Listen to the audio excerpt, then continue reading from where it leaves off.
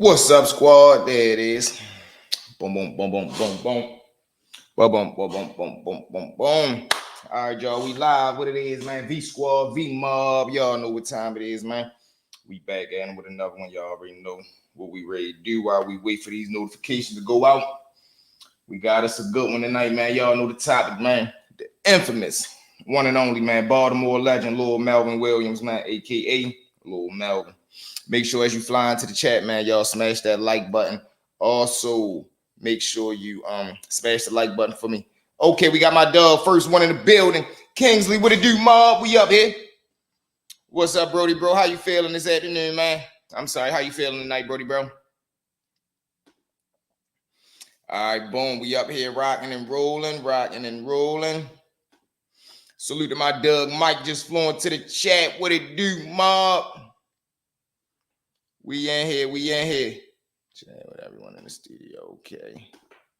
Early, what's good? We got my dog August just flowing to the chat. What it do? Y'all already know, man. As y'all flying to the chat, smash that like button for me, excuse me, so we can get these notifications out there. We got a good one tonight, y'all. Also, we got the number right there on the screen. We up and rolling. All right. Notifications going out. Y'all know I gotta check the ones and twos. Can I become a moderator? Absolutely, bro. You want to be on the V moderator squad, Kingsley? What's good, V? My dog Geeker, what it do, family? Kingsley, you want to be a V mod?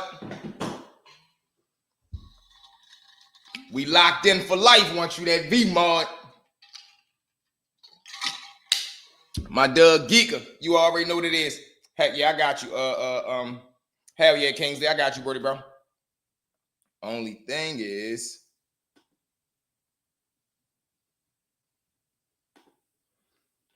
all right. Let me see. Y'all know what it is, man. Make sure y'all flying to the chat. Y'all jump to the. It's crazy right now too, man. Listen, this little internet beef stuff, this little internet streets, man. They play a wicked game. Out here, yo. And I ain't know it was like that. I really didn't. I ain't know people thought or motherfuckers played it on a one-way playing field, meaning like, how come you can smack, you can hit me, I hit you back, you want to go tell, like, come on, man, you hit me first, but it's good. All right, hey, Kingsley, I got you, bro. Soon as we go, we're going to have to go live from the phone because we on the computer right now, and this is StreamYard, so I don't know why it's not going to let me make you one from off of here. But you know I'm a man of my word. As soon as we end the live, before we end the live, I'm going to go and make sure you got your blue wrench. So when we go live tomorrow, you locked and loaded, Brody. Bro, you are officially, though, as of right now, V-Mode. What it do, Mike? Man, what was wrong, Mike? We in here. All right, boom. First up on the list, man, we got my Doug, Lil Melvin. Also, jump in the comments. Let me know anybody else y'all want to do a quick pull-up on. Matter of fact, we got a little quick episode, too. So I'm outside today, y'all, moving around on the lunch break. Now, I walks across the street, end up seeing a couple dudes at they in front of the courthouse. Now, they in front of the courthouse for real. One of them noticed me, so we get to rap and talk and cool. And he like, man, can I give you a story for later on today? I'm like, hell yeah. He ends up running the story. Hold on. All right, this one right here, we gonna go. Give me the worst trick. Boom. We live. Y'all know what it is, man. B Squad, B Mom. We in front of the courthouse right now, politicking with the good men. Go ahead, run it for us, Brody, bro. Crazy, one of the craziest situations. And this ain't the serving a 15-year. Need that part 10. Got you. Listen, I'm on it. It should be out tomorrow. We dropping part 10 tomorrow. I got you. I'm on it. Can y'all hear it? On his all time. Real shit. Got in the cell with a pussy ass nigga. Somebody jump in the comments. Let me know. Can y'all hear the video? He made put on the top bunk, whatever bunk he ain't want to get on. He made him. I'm talking about he was the dictation from the swine dude. Yeah, he going for it. So, make a long story short, can y'all hear? Tired of being bullied. Mm-hmm. Waited till he got on his medications, meds.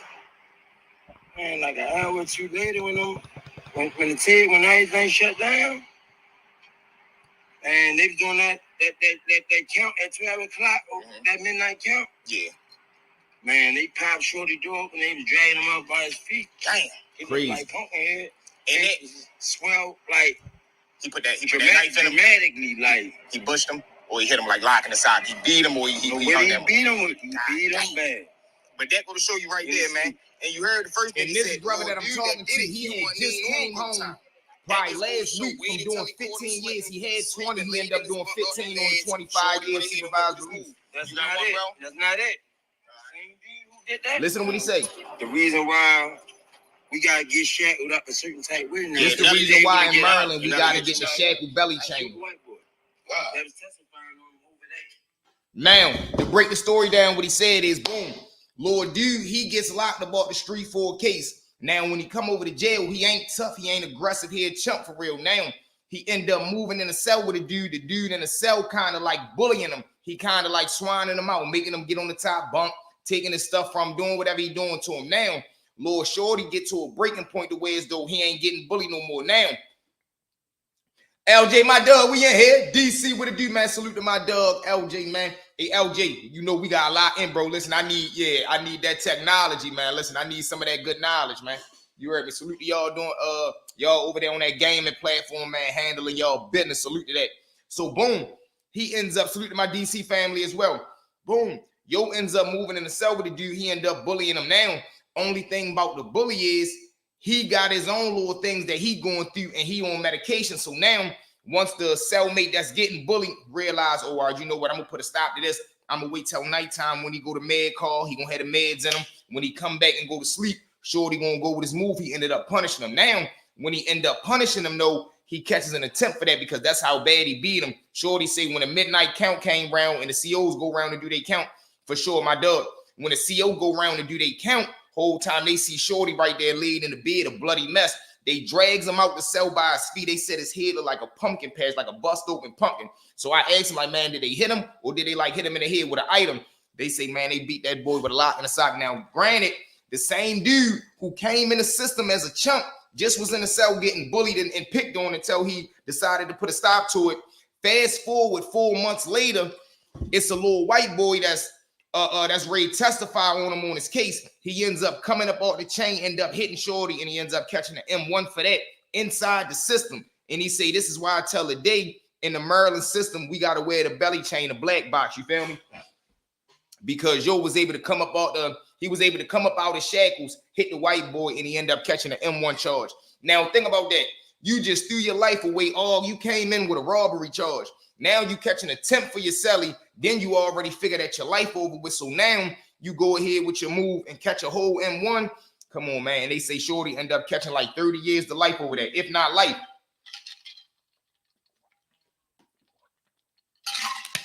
But that was crazy. Then we had another good brother up there too. He was from Park Heights.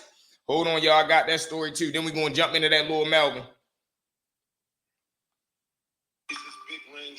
They whack yo in the alley.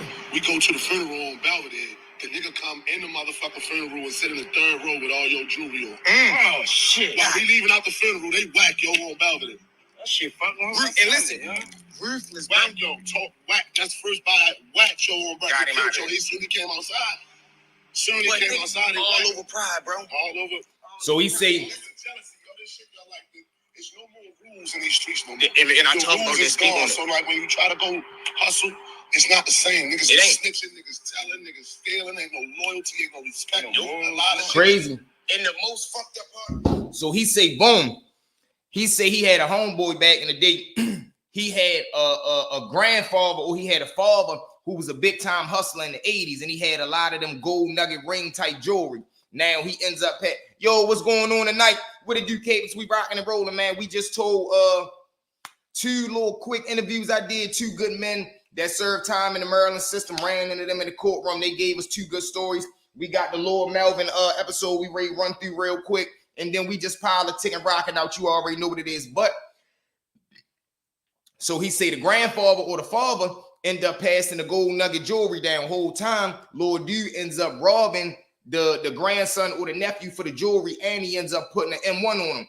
Puts him down, take the jewelry off of it.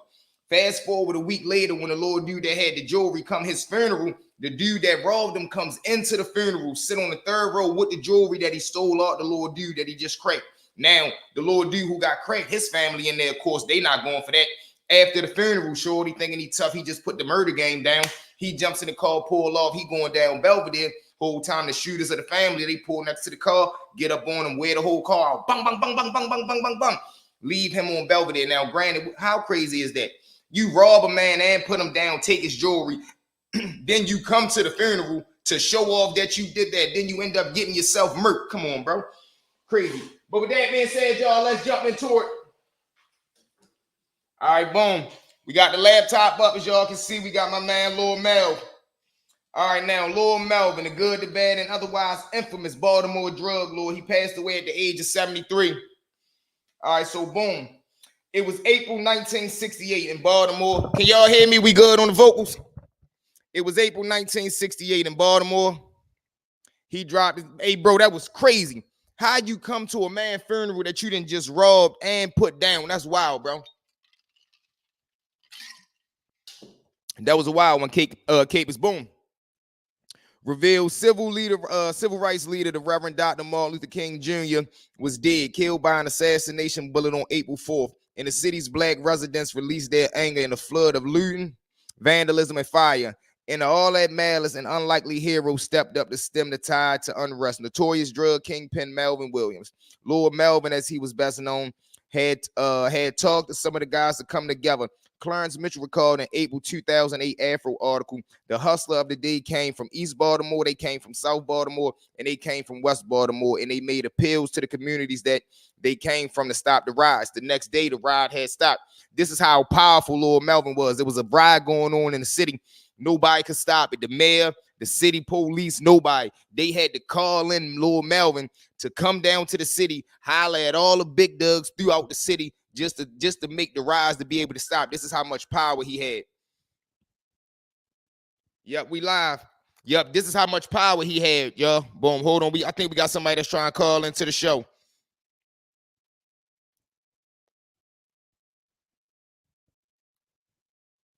Yep.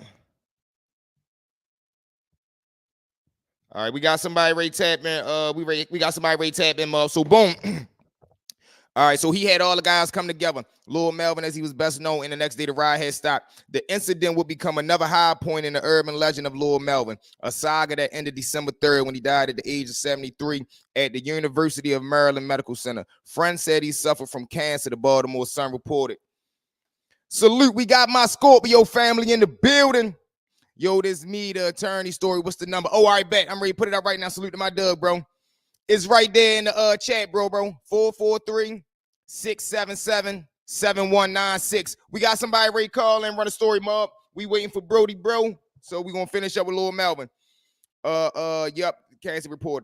William was well known as the heroin king of Baltimore, who amassed a fortune while building a drug enterprise that stretched across West Baltimore in the 1960s. His rise to infamy inspired HBO's The Wire and was chronicled in the documentaries such as the BET series American Gangster. Melvin Williams is a Baltimore 20th century legend, said the Reverend Frank Reed III, pastor in Bethel AME Church in Baltimore on American Gangster.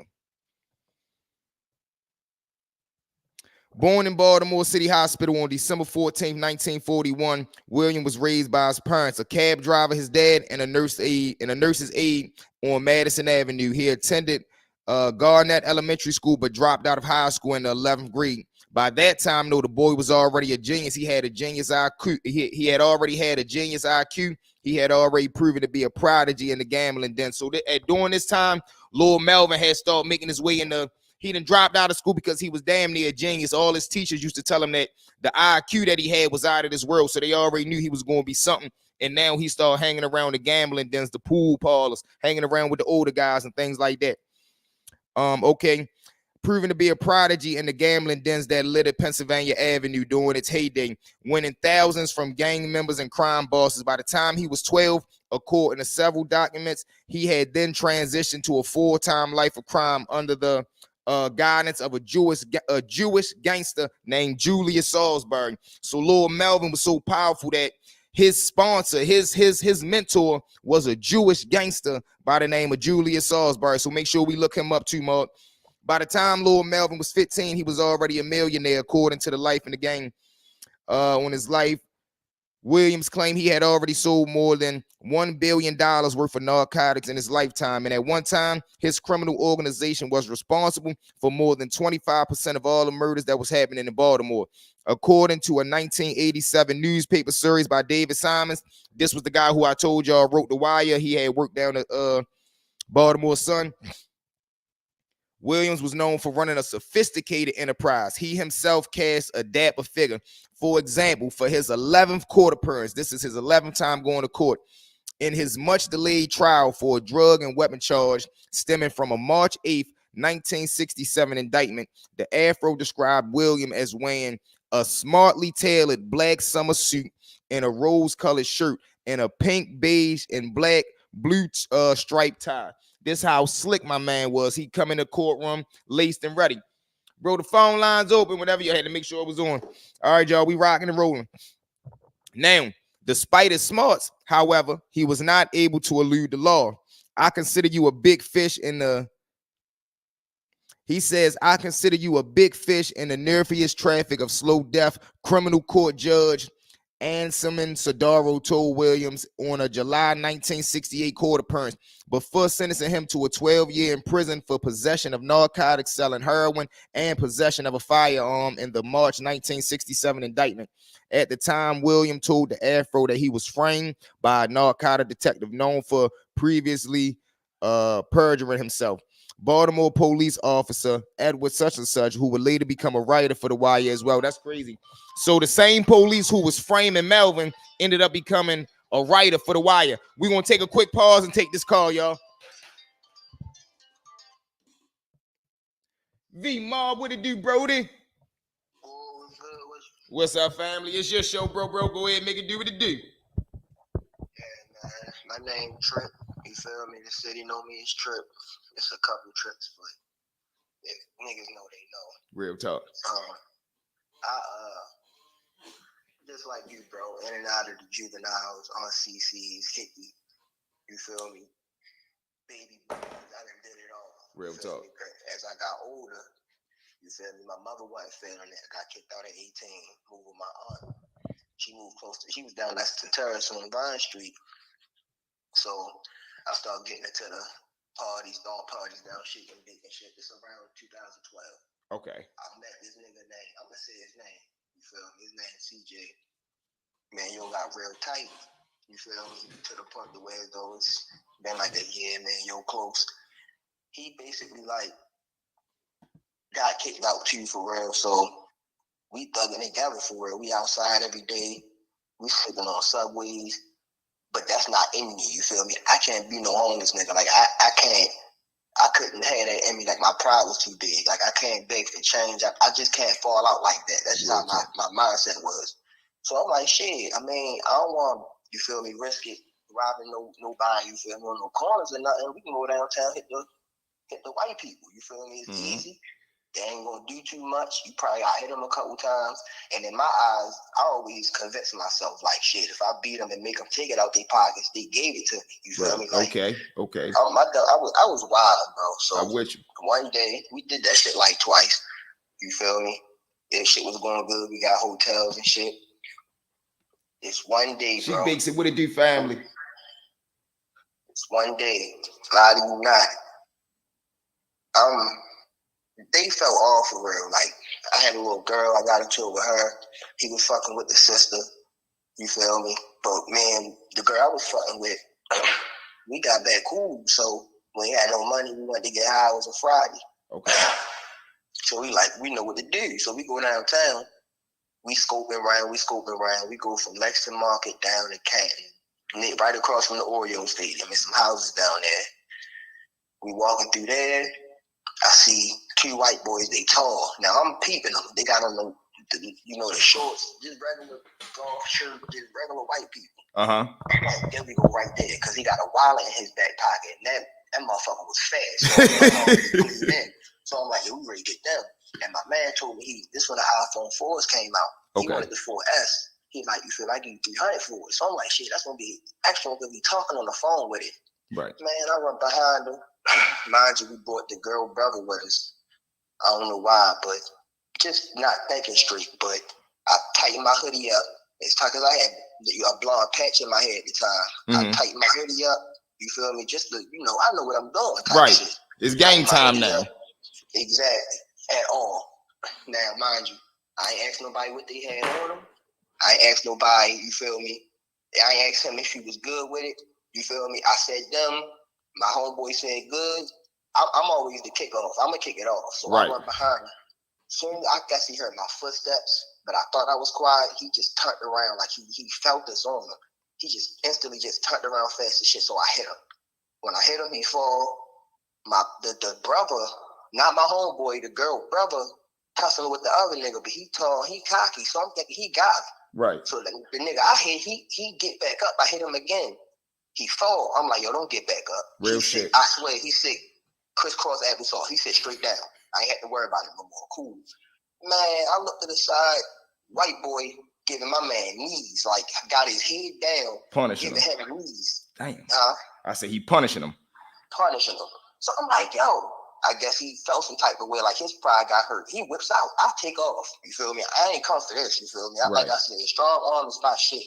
You feel me? I ain't ready for no murder. You feel me? So I take off. My man take off behind me. My girl take off behind me. I don't know where he at. You feel me? And I ain't even know nobody was behind me. I'm gone. I ran all the way to the end of the boardwalk where the gallery at and shit. I ran all the way where the readers at. Like I cut through. I see my homeboys. I took the wallet, you feel me? It was $7 in that bitch, bro. Oh my God. I took it out. I'm like, yo, y'all do what y'all want with the credit cards, you feel me? Okay.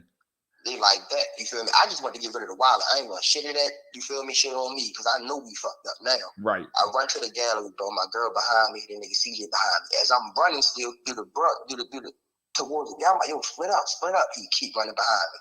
We get to the gallery, he finally split up. I go to the top with the $7, bro. Damn. With the $5 bill, I bought a McDouble and bought my girl a McDouble and some fries. I look out the window at the front part. This hella police cars just pulling up. So I'm like, fuck, it gotta be a side way out this bitch. Cause it's either that side subway where the subway across the street at the gallery. All right, so hold on, wait. All right, so look, let me stop you right here real quick. At this point, do you feel as though the motherfucker done already gave the description? And is you still in the same? You ain't come about the hoodie yet? You still got the hoodie on? Oh no, I forgot all about that. I threw the hoodie in the trash can when I got at the top of the gallery. I threw that bitch in the trash can. All right, bet. Put my girl hoodie on. Now we moving more like we supposed to. Okay, go ahead. Go ahead. Yeah. I'm trust me, bro. I do this, bro. Okay. All my charges, not trying to be robberies. Yeah, listen, I'm with you. That's why I'm like, I know you had to at least get him up off you. Hell yeah, I had to. Okay. I had on all black too. She had on the black and white tech top. You feel me? So it was perfect. And I got the blonde shit up all the way out the description. Exactly. The shoes, and I wasn't thinking about that. I wasn't thinking to get caught at the time. Of course. Like I said, I'm just hitting 18 for real. So, like I said, I look out the window. I'm like, fuck, because I know if they there, they at the other exit. So I'm trying to think, like, is it a sideway exit? I couldn't find one. I'm like, fuck it. My description changed. I should be good. Right. I go out the sideway where if you go across the street, the subway at. The subway food spot, the sandwich spot. I go out that side. I see two police officers with jackets at the end of the block, but they walking fast, but they like acting like they talking to each other. But I felt something was wrong. At that time I smoked cigarettes. It was a nigga out there smoking one. I said, let me buy 2 of them. At the time, loose ones was 50 cents. Of course, yeah. I bought 2 of them. For y'all that don't know, loose ones is 2 cigarettes. By the time I asked for the lighter, they were close enough to where as though if I wanted to run, I couldn't, bro. That's how close they was. But I wanted them to walk past me, and I was going to walk the other way. Bro, as they went to me and I'm lighting the cigarette, my hand shaking. The police stopped and looked at my hand and said, sit down for me for a minute. See, there you go. Like, fuck, bro. There you go. Damn. So, man, my girl sit down. She ain't get identified. I ain't get identified. Ooh, good money. 2 minutes later, they found the brother. This nigga went back to my friends and got the wallet. What? Got the nigga IDs, the white boys IDs and shit. And then they checked him first. They didn't even check us, bro. Right. As they doing that, the victims pulling up in the back seat. They put the flashlight dead on them. Mind you, all this is outside the gallery, bro. They pull up with them in a patrol car, regular squad car. I hear them say, not me. Bro, I swear. he got the one of the he got the wallet and not the wallet, just the due ID and the credit cards, and he found a gun on bro. They put him straight in the paddy wagon. Yeah, he done. He gotta go in and take that ride. Yeah, he's straight finished. Yeah, he done. My homeboy got away, bro. But I'm gonna tell you about that later. That's the crazy part. My homeboy got away, bro. I'm sitting there for about an hour, just sitting there. He in the squad car, they talking. I'm sitting here like, they can't have nothing on me, bro. I don't know how they locked up my girl. I don't know if she had a warrant at the time, or whatever. She used to stay in and out, the female waxes. What waxing? That was the one. Mm-hmm. Yeah, you feel me? So I don't know what was going on with her, but she was good at the time. They put her in the paddy wagon and still locked her up some time. I'm sitting there, bro. Yeah, what he do? Who got a sister that's a police officer. I forgot she worked the downtown district. She looked at me and was like, I ain't gonna say her name, but you such and such friend. Mm-hmm. I'm like, yeah, thinking, you feel me? This my boy out right here. Right, like, she ready to do right. You feel me? And she did. She said, we ain't got nothing on him. He ain't got no priors. He should be good. Mm-hmm. This the black police officer, bro, looked me dead in my eyes and said, no, he won't hang out with robbers. Lock his ass up too. That's sick, yo. That's how they do us. That's how they do us, bro. They took us to the tactical detention center or the precinct, whatever it is. Little precinct. Bro, by the time I get there, my homeboy caught. So I'm looking at him like, you got away, bro. Like, what the hell? They took me in there. They sat me down. They said, this is how quick mine went. You got anything you want to tell us? No. In and sure? out. No. Mm-hmm. Well, you sure? I mean, shit. We got you there. I was like, but I ain't do nothing. They said, we ain't do nothing, but we got you there. They just wanted to get me there. Right. If you got me there, you got me beating that nigga ass. Real so shit. You got me there. So I was like, no, I'm smiling. I was at the gallery. He said, sign here. I had to sign off with my initials to my rights. He had this other little thing, this paper, and said, sign here. I said, what's this? He said, we want to talk to you, but we got to sign off for you. We have to record us talking to you. I said, ain't nothing else to say. Right. He said, all right, well, it's your life. I said, bro, this always been my thing. Bro, I'm going to jail regardless. Right. The fuck? You feel me? So as I'm leaving out, my homeboy go in. He's in there for 4 hours, bro. Oh, and we just did an episode about them when the second man go in. Every time, bro, and I knew it. Now, mind you, when they put us back in the paddy wagon when we were done, because we got to go to the bookings. Right. Man, they took me and my the girl brother. We in the same side. They take him out and take me out. No, I'm sorry, we were on different sides. They took him out, put him on my side, and put my homeboy in there by himself. Right. On the other side. So on my head, I'm like, yo, he telling. He like, no, bro, you good. I told him this is my girl brother at the time. I never knew this nigga like that, bro. I probably know him a week. But we giving it, but I got cool with this shit. I told him I met you at the gallery. You straight, my nigga. So in my head, I'm thinking this shit ain't gonna last long. For sure. Like I said, he was in there quick. I was in there quick. We get to the bookings. They put me and him in they put us in separate bullpens, just all next to each other. Mm-hmm. But my homeboy's in the middle. Philip get hit. Oh shit. You good? You good? Go ahead. You good though, cause he ain't snitch on me. Yeah, you feel me? I'm talking this shit. Philip get his papers worse. He cussing CJ out. They flip them all like bang, bang, bang. So when I get mine, I'm looking at the statement. It's not saying I did shit, nothing. The last sentence, bro. Clyde McCoy also stated he overheard Deontay Pryor and such speaking about the robbery before it took place, bro. Ooh, and listen, and you know that's how they word it too. You know that's how they play the little word game. I was so sick, bro. I know you were sick, bro. Mind you, I was on juvenile probation. Right. You feel me? I was 17 going 18 for robbery. Yep. You feel me? So, they go to wavering time. You feel me? So, like, when you got co-defendants, first of all, they took all. I mean, they took me and Philip bail.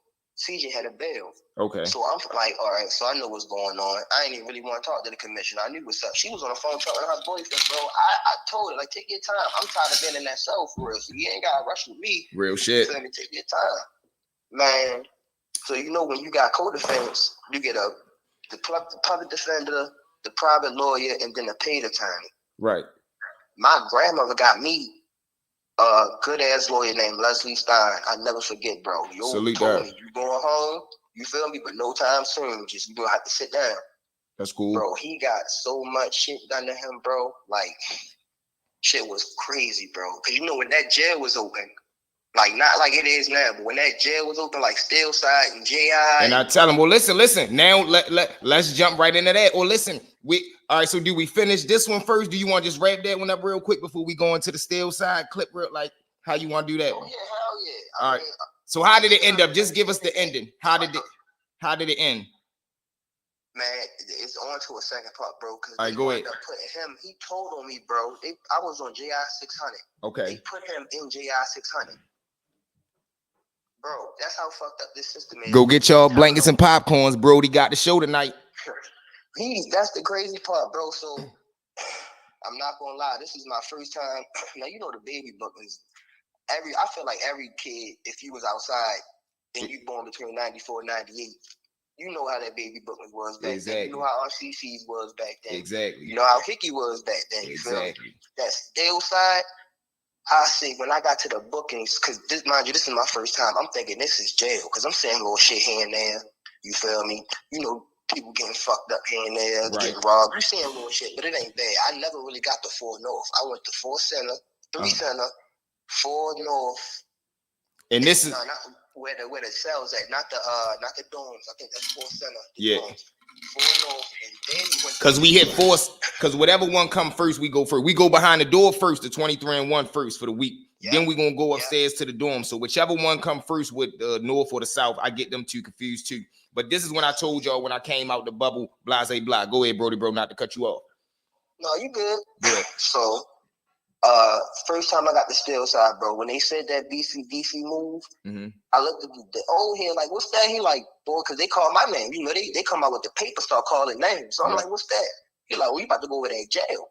I'm like, this ain't the jail. He like, bro, this ain't shit. Man, you know, you gotta go through, get your patted down again and all that shit. Yep, you bro. going back out. They opened that gate, bro, with that door.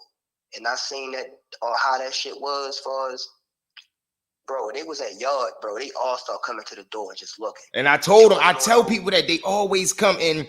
What's so fucked up is, in our mind, when we coming through, we looking at it like, man, what the fuck they coming to try us? But in all reality, once we get settled in, they coming to see who is it. They coming to see, is it somebody we know? Is it coming to see if somebody that got something? Is it a working man? You know, once they hit the bubble, boy, y'all got anything? Y'all came over with something? And then it's going to go however it go. Go ahead, finish. Exactly. So everybody looking all crazy. You feel me? Like just trying to see who they know. See, you feel me? If it's somebody to court, like, well, I got them. It could be anything. You feel me? And now my heart racing because it's the unknown. You feel me? Exactly. Because I know I ain't robbed no niggas. I ain't gonna fuck no other black man up because I'm fucked up. I wasn't really like that. You feel me? And plus, you feel me? White boys is easy to me. You feel me? It's easy money. Real talk. So we being honest. I'm good. You feel me? But my homeboy CJ, he got a pass. You feel me? That I don't know about. Like I said, I known you about a year. You feel me? So he was gang banging and all that shit. You feel me? But we gonna get to that because that's how it's gonna collide into me again. Okay. Man, so they put me on C-section. Bro, I was in my cell for 5 minutes before they let us out. Dude that came out the cell behind me stepped 3 niggas in front of me, bro. 2 swift steps, sliced the nigga face. It looked like a razor cut at first, like it was like a little line, like a nigga shaped you up too hard. I watched it open. Like I looked at his face and watched it open, bro. And the nigga behind me kind of pushed me. Like I guess you could tell it was my first time. Like keep going. Like right. Oh my God, that's that one too. When it's like, come on, it ain't got nothing to do with you, shorty. Let's go. Yeah, but it's so shocking. Exactly. You see a nigga get popped, it's quick. You feel me? You might not even really think you saw it. Like exactly. But when you see hand-to-hand combat, you feel me? You feel like shit is different, bro. And listen, it's bro. And I tell a motherfucker this all the time. I say, listen, yo. I say shooting somebody from a distance, that's light work. When you get down to a gladiator, like when you gotta stand over, you gotta push something in and pull that motherfucker back out, that's different. Because everything that come with in between that is that's a different ball game. It's different. But you feel me? So I seen that happen. I was on lockdown for about a week. And they moved. I guess I had a little security. I never been there before. I don't know how it really worked, but I know they moved me because of that. So they put me on JI. Those are the dorms. Okay. You know what I'm saying? I got into it. You feel me? With a good brother here, there, I'm Muslim. You feel me? So shit Okay. like that happen. course. I got all respect for the brothers, but you know it be like that sometimes. Yeah. Instead of putting me on lockup, they moved me down to 600. So once I got, because we didn't really get caught fighting, it was pretty much like after the fact, like they knew we was up, but you feel They couldn't prove the actual bump. Exactly. But still, they still feel like they gotta do something about it. Because you know they gonna hear the scuffle. They ain't gonna never see it, but they gonna hear the scuffle. And they shit is they be more so worried about we know what's gonna happen again. Something already happened after this because these two sore losers. Ain't none of them gonna take this. Whoever lost ain't gonna take it good. But it wasn't really nothing too bad. Like I said, he got off, I got off. Real It just shit. be like that. Man time. We locked in. You feel me? So when I get to 600, it's wild, bro. I think JI is where I seen the most shit happen. Like I said, I was 18, so it made me to a man. When I really first seen a fight where a nigga didn't know he was getting stabbed. You feel what I'm saying? And okay, break that down. What was that like? What was that like? Break that one down. So when this is the first day I get in there, bro. And I tell people that 24 fucking hours to change your life. Bro, and it's crazy, bro, because I hate dorms now. Like, I cannot go in no dorms. Like, I'd rather be locked in. You feel me? It is what it is. I done seen too much shit happen because all I've really been in is dorms, bro. Real shit. So, and it's too open. It's too loose. Too open, bro. And them CEOs don't pay attention. We used to watch them come to the jail, come walk away from the project. These project bitches in there, mostly African, but the bitches, they project bitches. You feel me? So, man, I walk in, I put my shit on the boom, I got the top bunk, I'm right by the gate. So I come in, put my shit on the bunk, I sit down, I greet all the Muslims or whatever. There's a Muslim I only met once, bro, never touched this. Man, I think he stole something from a little white boy. The my dude he was terrorizing all the white boy that wasn't. And you know how the Dougs be. Oh yeah, man. They don't do that to nobody else, though. Not even a civilian black man. They got enough numbers, but they don't really try nothing besides against their own kind. Right. But I'm watching him. Dude, DMI dude basically bucking on her. Like, you owe me this, you owe me that. Muslim jumped there like, yeah, he don't owe you nothing. Stop picking on him. Like, you feel me? He ready to go home. Little boy ready to go home, bro. And he looked like he was younger than me. Like, he was in there at 17. Damn. He like, little ready to go home. Like, let him keep him. He like, nah, he owe me with it. So they get to going back and forth. I'm watching how he was step in the bathroom and back. I watched the security man pass him off something, but I didn't know what it was, you feel me? And I figured it was a knife. So I act like I want to go to the bathroom because I want to see the fight. I'm thinking this is I'm green, bro. I don't know shit about jail, how this shit works. It's probably my first week and a half. You feel me? No, and niggas is bored. Like this is some excitement. I ain't really experienced shit. Man, I act like I'm using the bathroom. They get the tussling. Now, the Muslim brother hitting him in his rib, no face shots. White boy tagging him all in his face. I ain't gonna lie, white boy had hands, tagging him. But he hitting him like he hit him in his ribs with the back of his hand, like with his pinky at. Like, and I don't see nothing. So I'm like, what the fuck is he doing? So as they're fighting, bro, I swear I walked around them. Now, you ever been to JI? No, not Jay. All right, so JI is like, when you're going into the bathroom, it's like a thin hallway going towards it, but it's not really a hallway. But all right, like a straight little walk-in. Yeah, exactly, a walk-in. So they fighting right there. So as they up against the wall, I'm moving around, but I'm looking, bro. I see holes in their shirt, but no blood. It's holes in his shirt, but no blood. So I'm looking like, what the fuck, bro? When they step back, white boy take his shirt off, and I'm looking at him. Now I'm starting to see the blood. Every time he took a breath, blood was like squirting out his side, bro. And he kept fighting. Bro, I walked in my bunk, sat down, crossed my legs, and just started rocking my legs back and forth, bro. Everybody come like, what they doing? I'm just looking straight, bro, because it fucked me up real bad. And it made me second guess where, like, yo, you really in here. Like, this shit is, like, you need to tighten up. You feel me? As soon as that happen, they'll come in. His nose bleeding bad as shit. The Muslim brother pass off the knife. You know how that go. Yeah, he get rid of that. And it's Friday, so you know hookups and shit going around. Yep, everybody's active. And you feel me? He had a hookup on his bed. You feel me? Like, you know how you pull the bed back. You feel me? He had the plastic bag laid out. He had the noodles all right there. He get to chopping it up with his ID card again. All the CEOs come in because they heard it. You feel me? And the nigga out there screaming for help. because he fucked up. His white boxes is red. He fucked up, and I'm looking at him like I really just watched this nigga. And the fucked up part is, yo, a nigga beside me I never met before was like, watch this. He ready faint. So he said that shit, he dropped. I'm like, what the fuck going on in here, bro? Like, this shit is crazy. So CEOs come in, they want to see everybody hands first. Everybody hands. You already know mandatory body search. You already know how it go. But Body they just looking search. at everybody's hands first because they know he fucked up, but who he was with. Bro, it's the CEO named Giles, man. She kind of short, she fat, she dark skinned. But she's funny as fuck. Bro, she looked at him like, get your shit, get your shit. He like, what? Because she go to him like, let me see your hands. He showing his hands all fast. I'm about to say, I knew it was going to be the fast shot. I knew he was going to do it too fast. That shit, I'm looking at him like, damn, but he fucked up, though. She like, get your shit. He like, what? She like, he fucked you up. Look at you. Your shit busted. Get your shit. Rolled him out. Bro wound up. The DMI dude, I heard, wound up surviving, but I think he wound up on a Patuxent, and they beat him. They beat him so bad, he went brain dead, bro. And listen, that's what be so fucking crazy about this shit, bro. That's what be so crazy. Listen, all this happening in 24 hours. You just coming through the joint. We just land on a compound, and in 24 hours, somebody that just got damn, man, come on now. Man, shit be crazy. So I say I sat for 8 months. So during that time, I'll say about 3 months in. The video, share the video. Yeah. Hello? No, you good.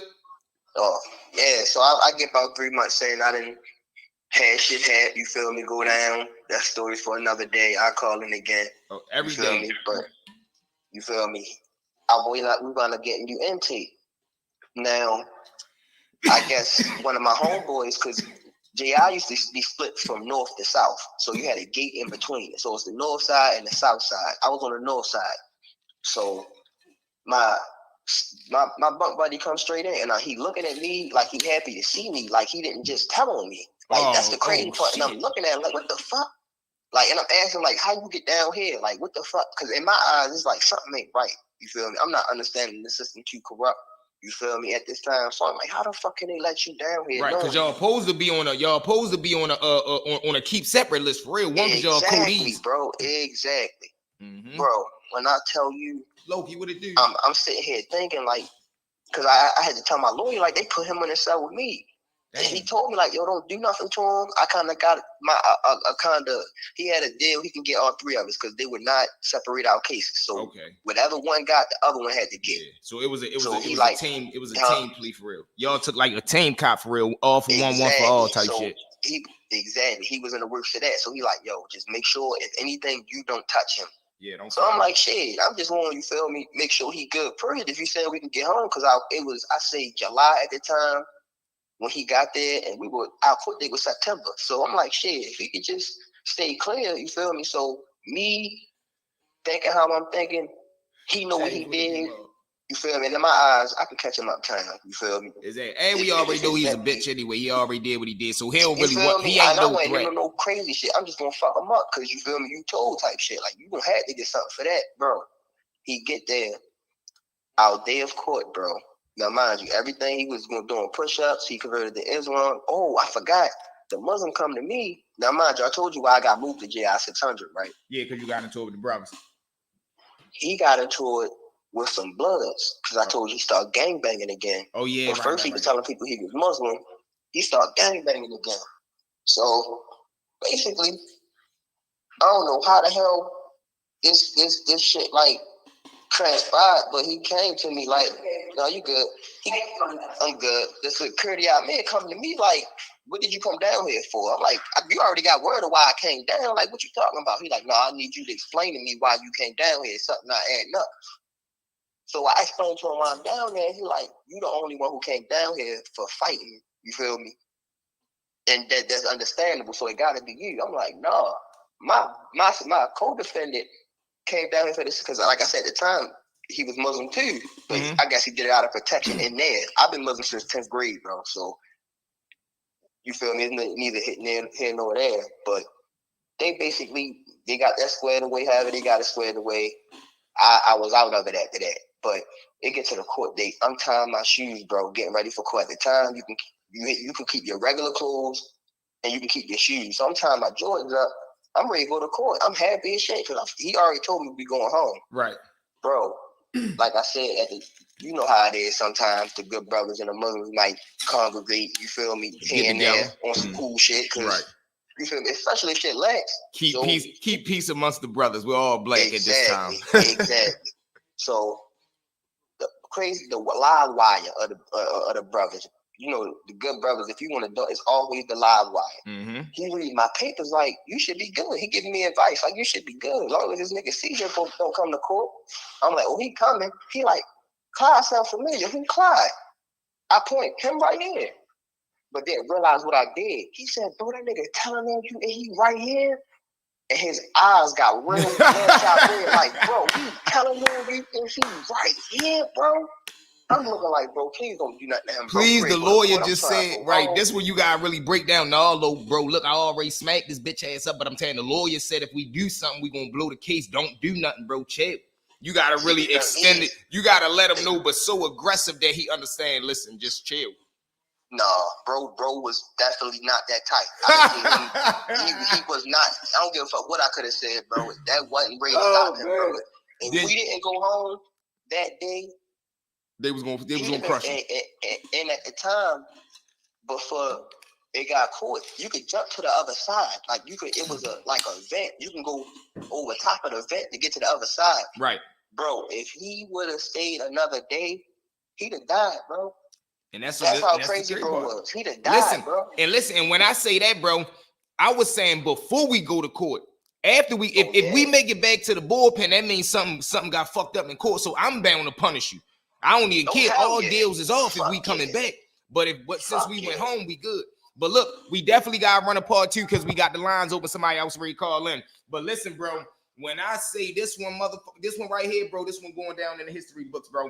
We appreciate you, man, from the V-Mall family. You locked in, tapped in forever. And I hope and pray you call back in the night and then call in tomorrow and then the day after and then the day after. And we're going to make this an everyday thing. You heard me, squad? Oh, hell yeah. That's my dog, man. Tell him who you is again, bro. My name Trent, man. Propane Pat. Be on Instagram. No underscores, no nothing. Propane Pat. Appreciate y'all for listening. Already, buddy, bro. That's my dog, man. We going up. We rocking and rolling. It's only gonna happen well at the V-Mall family. Larry, let's go. You said you ready, Larry. Let's go. Y'all heard what he said, man. Y'all heard what my dog Casso say. Casso, where you been at? We ain't had a Casso comment in about 2 weeks. Neither. I told y'all, listen, I really know my squad. I really know the members. So when I don't see y'all comments in a week or two, I be wondering where y'all be at. Then you pop up like Casso thinking I don't know what's going on. That was a good ass. Well, hey, Capix, this one right here, we rocking and rolling, man. Larry got a top deck. What's up, Larry? We got Larry Ray coming in. Bless us again. Let's go. And I told y'all this. Hey, listen, I be trying to tell y'all, man, the stuff that you see be so crazy. Then the most craziest part about this whole thing was how everything happened within the first 24 hours. Like, we just try and come through, get yourself situated, see what's going on. All right, let me get comfortable. Boom, it's going on from the door. Larry, where you at? Let's go, Larry. We in here rocking and rolling. And anybody else that want to call in, man, let's go. We up here. Y'all know what it is. We rocking and rolling, man. It's that V-Mall family. So, boom. Let's get back to Lord Melvin real quick while we rock and roll and wait for Larry to get right and call in.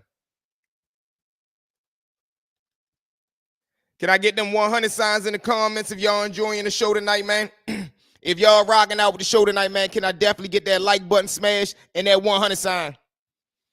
Hey, I said to myself, I ain't been into this for a minute. Proud of you, those Slim Setup Fire. Let's go. Come on, Cass. So you know you a real day one A1 member.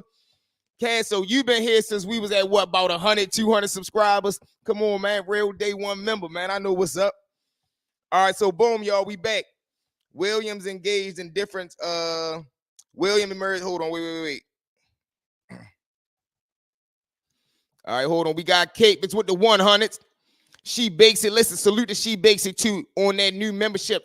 Everybody, we got 14 people in here, y'all. Listen, the memberships are $4. Can we get 3 new members tonight? They $4. We don't ask for cash apps or none of that, man. Can we get 3 new members tonight? $4 a piece. That's $12. I know V money worth a 12 piece.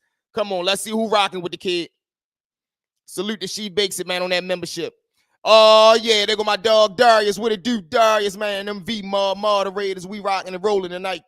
My dog Jane, what it do, Slim? That my dog right there, that DC family, what's happening? And then we got the infamous Scorpio family, man. Real ones in the building. Y'all know what it is. Let's go. We need 3 new members tonight, y'all. They $4 a piece. That's 4, 8, 12. I know V money worth a little 12 piece. Let's go. And we got my dog calling in, so we hot tonight. Let's roll. V-Mod, what it do, family? What it is, B. I know that's my dog, Larry. Sure is. Let's get it. What's up, gangster? Hey yo, look. I got a few different ones and shit. I'm saying. Go ahead. Listen, you know it's your show. Go ahead, do what you do. So, so my first day down ECI, right, yo. First time in the joint. I ain't got no charges. I done got away with so much shit, but I got one charge that put me in the slammer. Right. So first day down there, I don't know shit, whatever. I'm green, you know. So the next day, when we come out to chow, I don't know if one of the dudes from Baltimore, I really don't know what happened. But they saying it's going through the tear that you're supposed to took some Jolly Ranchers from a nigga or whatever the case may be. So they say, so you're supposed to go home the next day. Man, we come out for chow. When we get back down the walk or to go in the housing, 7 down 7 and shit. Mm-hmm. Man, them boys started chopping this nigga. Man, it got ugly for yo. It got ugly for you, yo. It got ugly real fast. They hit him on the walk, Brody. Yeah, it's ugly, yo. So I step in the grass and shit. Man, the little nigga falls, yo. Man, when the nigga get to hitting yo with the ice pick, he hit yo in his face 3 times, yo. You can see the ice pick stuck in your face. God damn. Well, I'm looking at yo, it's moving. It's like slow motion and shit, yo. I'm looking at yo, and yo look over at me and shit. Yo like on some UFC shit. He trying to keep the nigga off of him. So I'm looking at yo. I'm like, man, get up. You gotta get up.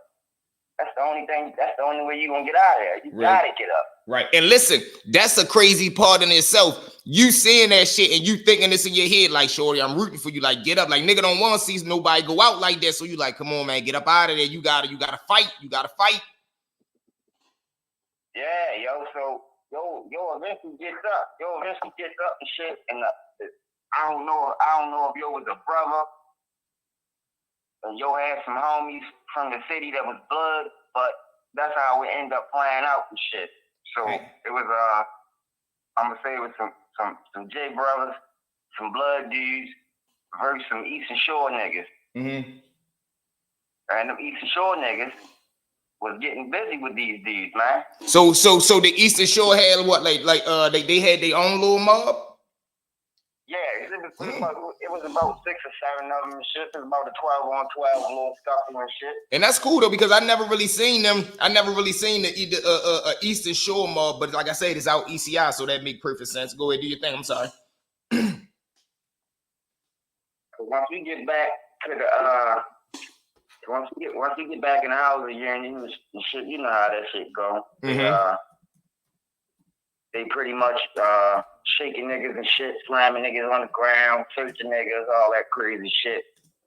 But the dudes wound up getting away with it. I think 3 of them got caught. I really don't know their names and shit. Mm-hmm. But the one dude who was started over, when I got down the pen, yo was down the pen. He was great. Yo must have came back off a parole violation. I don't know. So when I see yo, I'm like, damn, it looked like yo was down there when you walk, yo was rumbling and shit down there, man. Uh-huh. So I hear niggas, speaking to yo. They call your name. I'm gonna give you an alias and shit. I'm gonna say your name listen. David and shit. Yeah, do all nickname action. You good? Oh yeah. So when yo finally get close to me, I speak to yo. Yo, what's up, yo? He like, what's up, yo? I like, yo, you remember me and shit? You're like, no, yo, I look familiar. I keep looking at you. And then I tell yo where I knew you from. I say, yo, I was the one standing in the grass, yo, down ECI when yo was hitting you in the face and shit.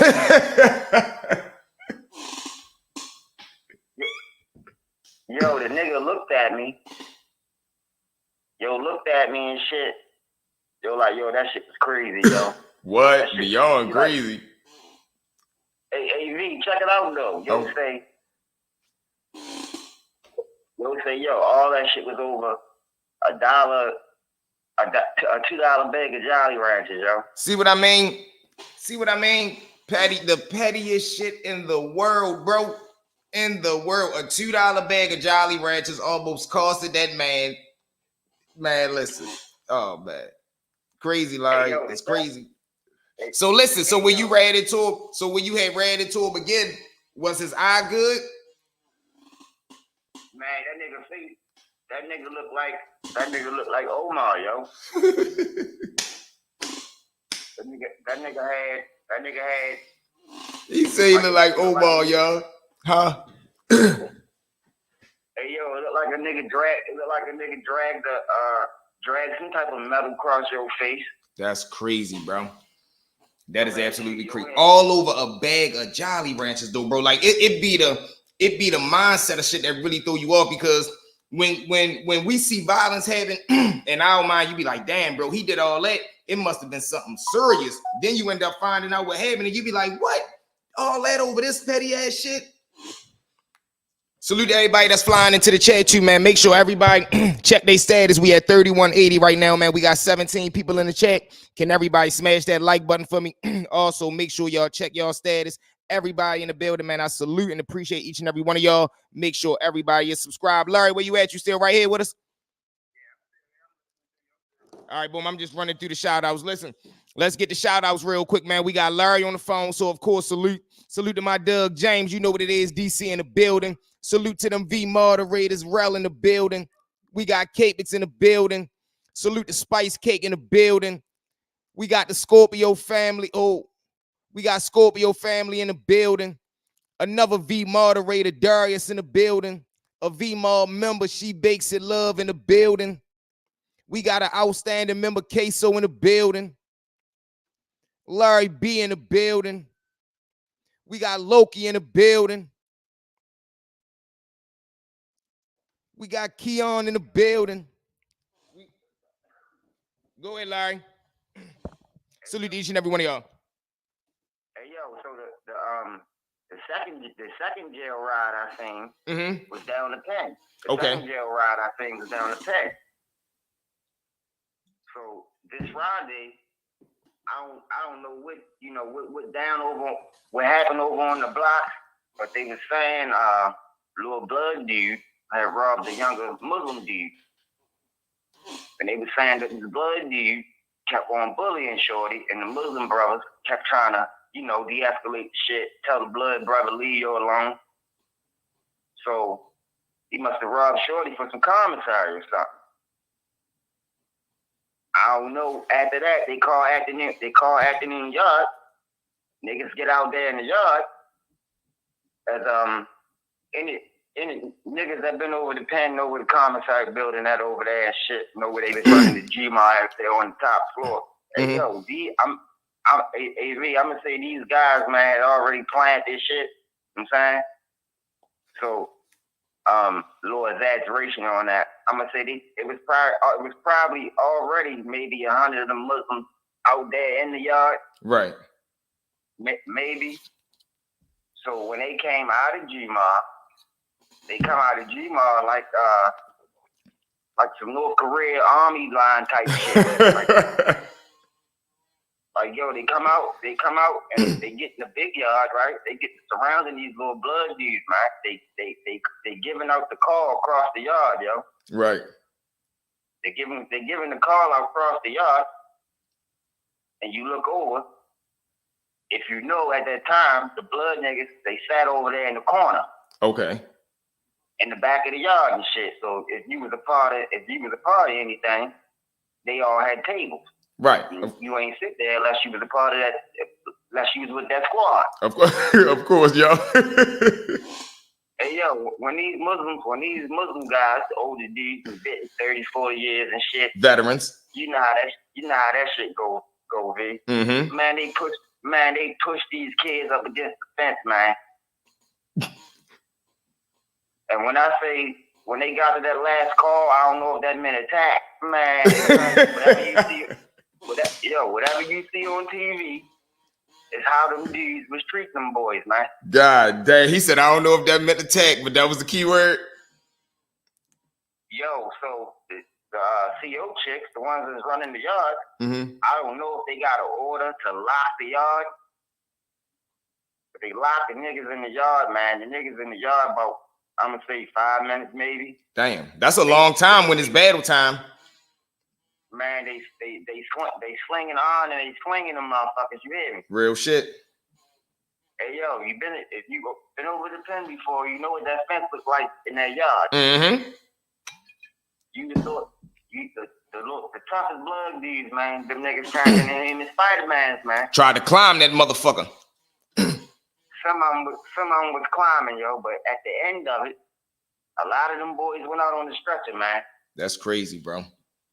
Hey yo, this is around the time when Weezy started the noise and the city was going crazy, making the blood noise and shit. Yeah.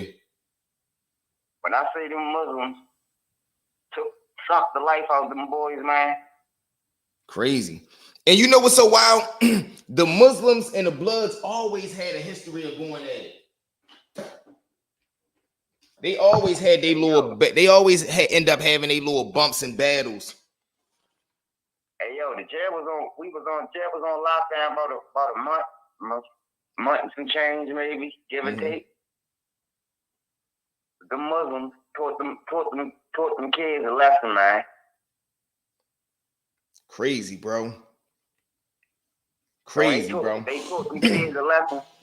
And that's real politics, bro. All behind motherfucking politics. And like you said, an older group of Muslims and a younger group of Bloods, correct? I said that right? Yeah.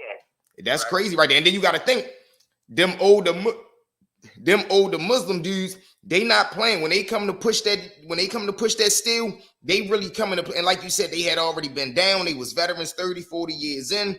They pushing the kids up against the gate, get to going to work with them. And you can tell how scared and how much the fear set in. Motherfucker, once you see a person start hitting the fence and going towards that barbed wire at the top, you know, like, damn, shorty really, he trying to get away from some shit at the bottom of that fence. Hey, yo, that shit was real bad for them kids at that time, man. Yeah. Hey, yo, so I was saying right before I went home, right? Mm-hmm. Something happened again, and these blood dudes got into it with the J brothers. I ain't gonna say it was all of them. You know what I'm saying? Right. It might have been like a absolutely right case. So I ain't gonna say it's isolated, but y'all, it was so many of them niggas. y'all handle them dudes over there, and you know, to escalate, we assist or whatever. But something was thrown over the wall on Madison Street that wasn't supposed to come over that wall. Okay. When the shit came over the wall, I'm assuming the J brothers must have intercepted it. Yeah, because you know, for real, the way that it go is anything that come over the wall supposed to already get a percentage sent the way it's supposed to be sent to you, unless motherfuckers give that certain group a day or motherfuckers work out something to be like, you know what, all right, y'all go ahead and tax free or whatever the case may be, however the politics may fall. But you know, 9 times out of 10, something coming over that wall. The brothers need to see about that. Yeah, and yo, I don't know how that, the splitting of that went. Mm-hmm. But that last yard, I'm going to say about 10, 15 of them dudes in the small yard. Man, they rode, man, it got real over there for them kids, man, and they was unprepared, man. Damn. They was unprepared, and they was running and jumping up on the fence and shit once again. And that was it right there. But it escalated quick. Crazy, bro. And that's how I go, bro. Listen, that's how I go, man. When you start dealing with them goddamn politics, man, all over some shit coming over the wall, that one specific group feel as though that they are entitled to for whatever the case may be, and the other group feel like y'all not. So now we gotta push back and give some resistance, and shit end up them blicks end up coming out, them hammers start coming up, motherfuckers start running, start hitting the fence, trying to get out of there. But you know what it is, man. But listen, man, my dog Larry B, man, salute Brody. Thank you for tapping in always and forever, rocking with the mob, man. Anytime and every time, man, we need you to get them stories lined up because we're gonna need another episode tomorrow. I got some more for you. I got some more. Yo. That's my dog. Listen, there you go. Tell him again, Larry. Shout out V-Mob. You know what it is. That's my dog, Larry B. All right, Brody, bro. All right.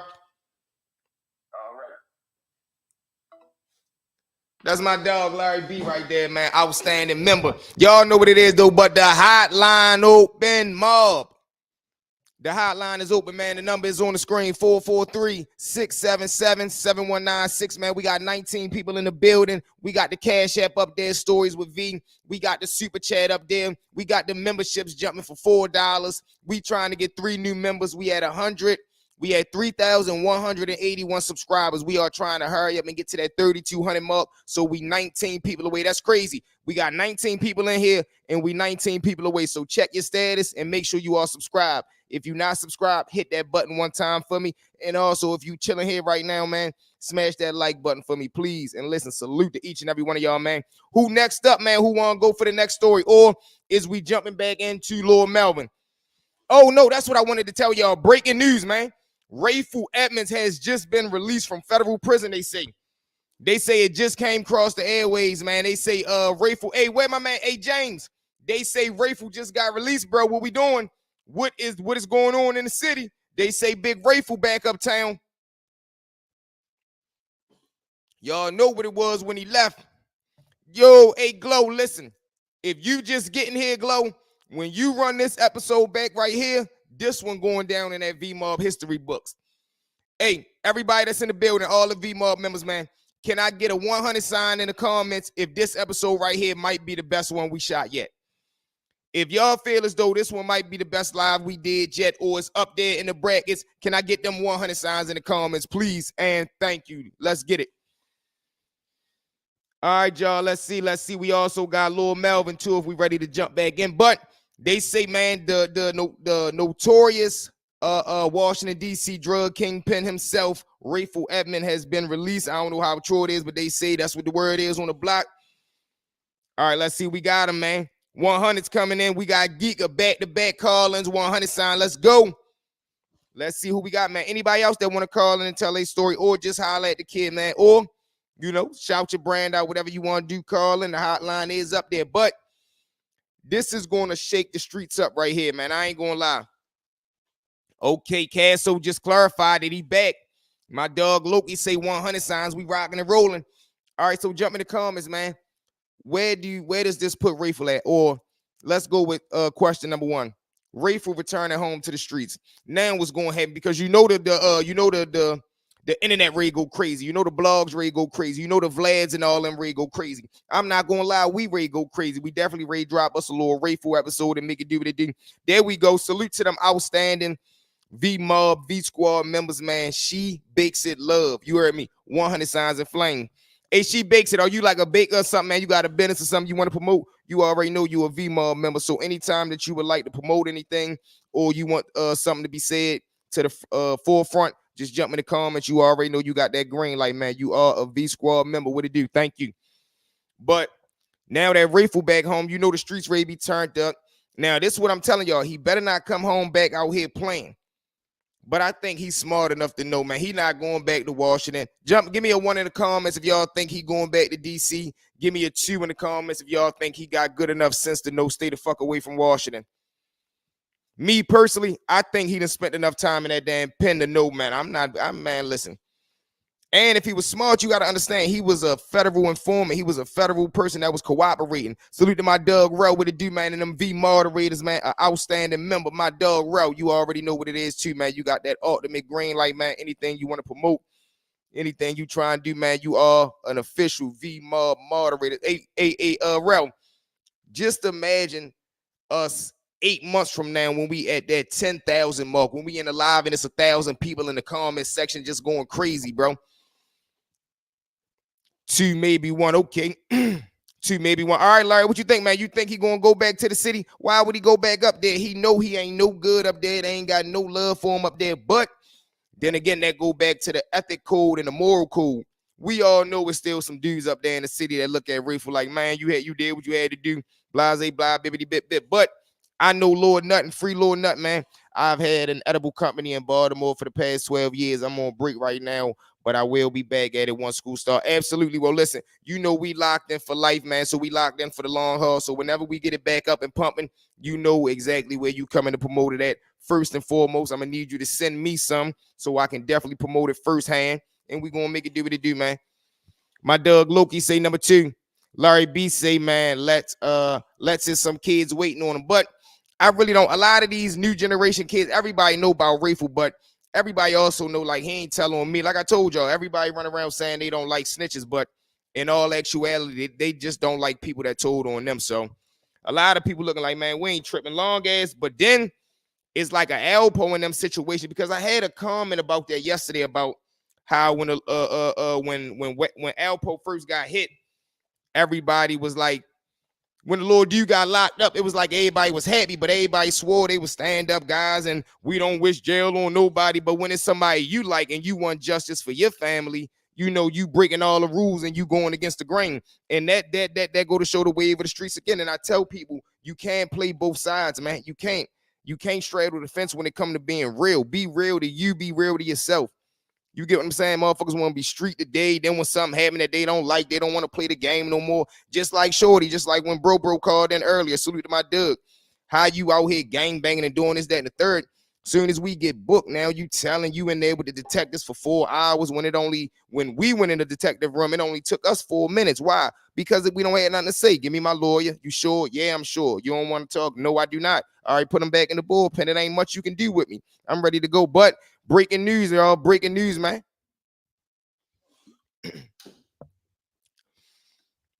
Bet.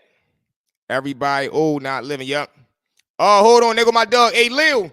Breaking news. The boy Raful Edmonds back home. Salute to my DC family. What we doing up there? Is he coming back to take over the city, Lil? Or is y'all not having that in that DC? Salute to that 202. I hope I hit that zip code right. Oh, yeah, them outstanding members in here. They go, Ty, what it do? What's up, V? Ty, we in here rocking and rolling, man. We trying to get 3 members. We trying to get 3 new members. They $4. We got 2 calls back to back. We've been going up. Listen, Ty, when you run this episode back, this right here going down in the V-Mob history books. Hopefully his mindset has changed. Alpo was stuck in an era when he was that. Yup. Hey, she baked. And this the crazy part. I don't even know what Poe had to prove, but you know what it is, though? I correct myself. That's exactly what it was. Poe had something to prove. That's why he was posted up in Harlem. He was on a bike. He was doing his 1-2 because when he was locked up, he was already getting the word of all these dudes out here bluffing. Yeah, if Poe come back, we gonna do this, that, and the third. But I can't lie, he was definitely carrying it like a gangster. That's why I did. That's what make me so mad about Poe. He did everything right but tell. We all know we can't lie. The motherfucker did everything right but tell. If he would have never told, he was legendary. But when he broke that code, he was no good at all. We can't show him no love, not one bit. But when he was coming home, he pulling up on dudes, the same motherfuckers that were saying they gonna do this, that, and the third to him. He making them take pictures with him. He pulling up. It was said him and Jim Jones got into a situation. It was crazy. My phone had broke, just got a new one. Absolutely. Well, we glad you back with us. No. V put a time limit on the phone calls. No, hell no. Larry, we can rock out. Exactly.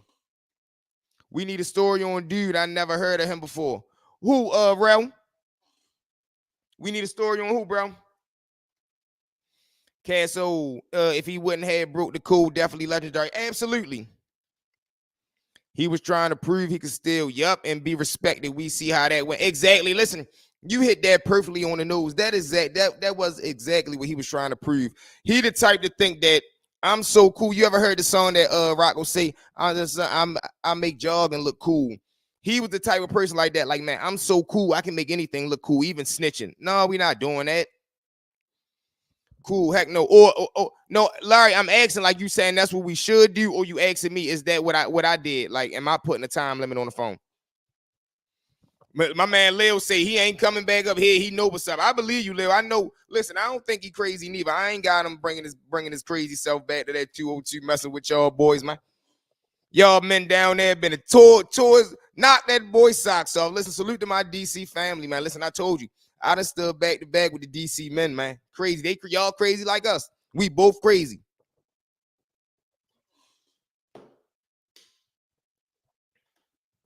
$4 minutes is cool. All right, that's a bet. We can do that. Every person that call in get 4 minutes, unless that ep they running is just so vicious, we gotta just let them rock. You heard me, Larry? If you come with one of them 5 ones, we just gotta let you go. Dude from DC, who Raful Rel? All right, so listen, this is how we gonna play it, man. We gonna definitely do a Raful episode for sure. No, it's cool, V. I was just saying. Oh, all right, that's okay. You know, Larry, whenever you want to call in and run an episode, you do what you do whenever. All the members is welcome, man, to call in and quarterback the show. I told y'all we're a family here, man.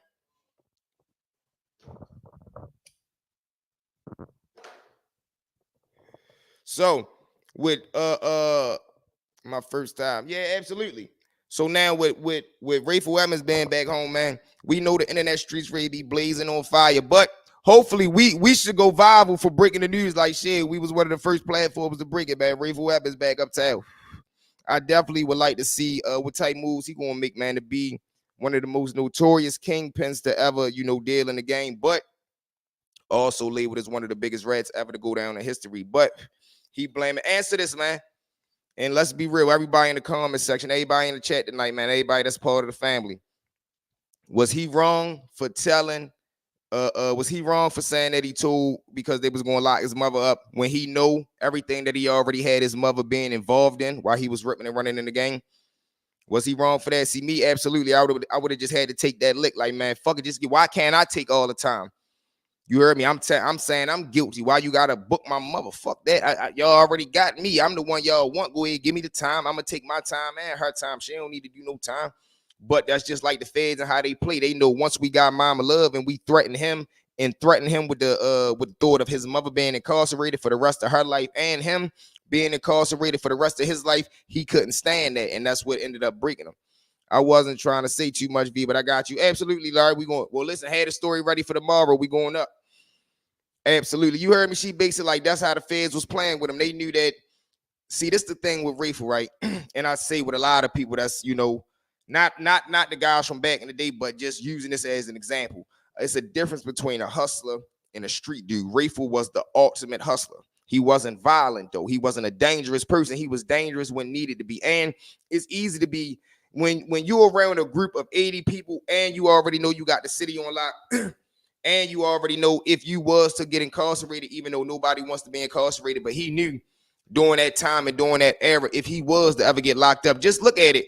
Just look at what he was able to do while incarcerated. Him meeting Griselda Blanco's son, little kid Chicky, him growing his drug empire to bigger than it was in the streets while he was incarcerated. So he was definitely the ultimate hustler. He just was a stone cold rat. It's crazy. Salute to my Doug Castle, man, on them 100 signs. Y'all know what it is. My family know him. Who, Raful Lil? That's crazy, man. I know they was disappointed in him, bro. I know they was disappointed in him, man, because I know that was a hard blow for the city. I seen that interview with CB. He had said, man, a lot of dudes for a lot of years before he ended up telling, because he ain't tell immediately. I think he went a couple years before he ended up cracking. But when he did end up crack, they say it was a big hit to the city. Because a lot of dudes was laying their head on. Let me know if you want me hot back on Big Testicle. Already, Brody, bro.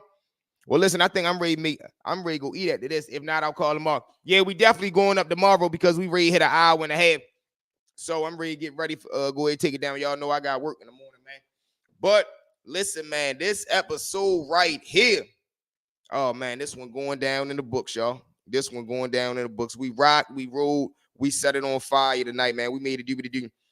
Me and my man just said that Raful was getting plenty money, but his men were just sold just to a certain extent. They couldn't see what Raful saying coming. It's crazy, bro. This old head, the old heads can't stand him because he broke the ultimate. It is more so not that they can't stand him because of that. They can't stand him because they like, you know better. You was taught better. You was groomed better. You was built better. How you do all you did, go down in the legendary books. Like I said, he didn't tell immediately when he got locked up. So him doing them 5, 6, 7 years solid, the city like, yeah, that's our man. Everybody that was in the feds, they was banking on him like shit. He up Lewisburg holding it down, making the city look good. It wasn't until that shit came back down the pipeline that motherfucker was like, what he did, what? Because y'all know the world rumor is he ended up, when he did end up breaking, awesome episode. Hey, listen, She Bakes It, man. We rocked and rolled tonight. When he did end up telling, they say they bought him the KFC, the chicken. That's why a lot of DC dudes that was locked up say they don't like the chicken or nothing like that. Let the men down there. Yeah, man, he really was a disappointment, Cass. So, and that's what made it so crazy. He may get admiration from the younger generation, but ours will never respect that dude ever, because the young boys might not know, but the ones that know he gets no love because of what he did, man. He let everybody down. Even dudes that wasn't from DC and knew the story was like, yeah, stand up, man. You know, we respect the men, free the men that stood tall on the code. You get what I'm saying? For the principles on them morals. You get what I'm saying? Who stood up for what needed to be stood up on. A lot of people was looking at it like, man, shit, they went out on stand-up time. You had the Lord do Nut, free Nut. Nut ain't tell. You had WP Wayne Pryor. It's free Wayne Pryor.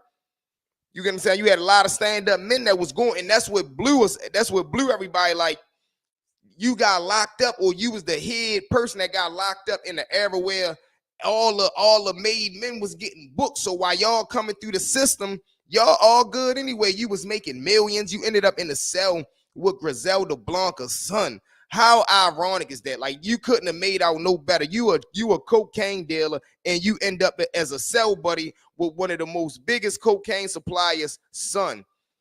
Come on, man. They on the phone talking pig Latin. Shorty had that shit down to a science. He was making more money in the feds than he was on the streets. Listen, we definitely gonna tear that topic up tomorrow. So listen, we gotta jump in the comments right now. We got the Raful Edmond topic. We gotta finish Lord Melvin and some of the most notorious Baltimore gangsters. Jump in the comments. Give us 3 more ideas and topics that we need for tomorrow live. Y'all know we're a family here, so everything we do is in one. Jump in the comments before we get up out of here. We got the stories too. Bro calling back in. Larry calling back in. So we already got 2 stories lined up. Everybody tonight, get y'all stories together for tomorrow calling. We got bro and them calling on the gangster side. We gonna need a crazy relationship story. We gonna need an addiction story. We gonna need a different array of stories. That's how we gonna build our platform. That's how we gonna build the audience. We do all stories over here. We gonna keep rocking and rolling, man. But listen, salute to each and every one of y'all, man. Before we get up out of here again, we trying to get 3 more members. Make sure everybody check their status. Make sure you are subscribed. And listen, man, I love each and every one of y'all, man. We rock and roll tonight. Listen, V-Mob, we out. Let's go.